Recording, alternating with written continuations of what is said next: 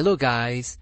Nag-announce na ang Pag-ibig na nagsimula na silang mag-credit ng mga dividend para sa regular savings at MP2 savings. Kaya for today's video, ituturo ko sa inyo kung paano makikita ang naging dividend ng inyong MP2 savings gamit ang virtual Pag-ibig.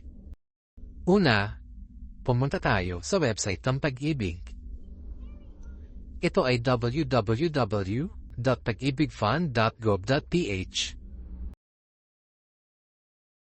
I-click ang Virtual Pag-ibig at ang For Members. Susunod naman ay i-click ang Login. Ilagay ang inyong email at ang password.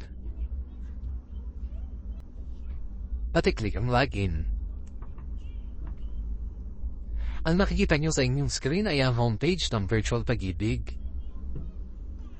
Sa kaliwang banda ng inyong screen, nandiyan ang iba't ibang serbisyo na ino-offer ng Pag-ibig na maaari niyong pagpilian.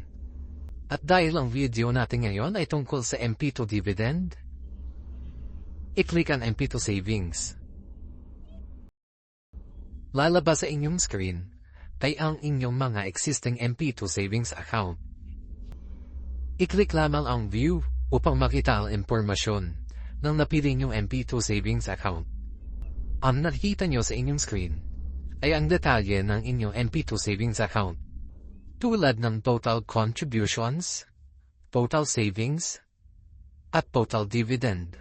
Para naman malaman ang total dividend sa nakaraang taon o sa taon na gusto ninyong malaman, ilagay lamang ang taon sa kahon na makikita sa baba at i-click ang View Contributions.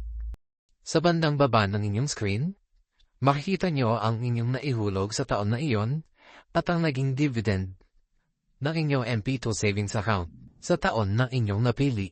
Upang malaman ito ay ang dividend, makikita nyo ang salitang DIV or pinaikling salitang dividend. At ayan ang tinubo or kinita ng inyong pera sa MP2 savings account sa taon na inyong napili.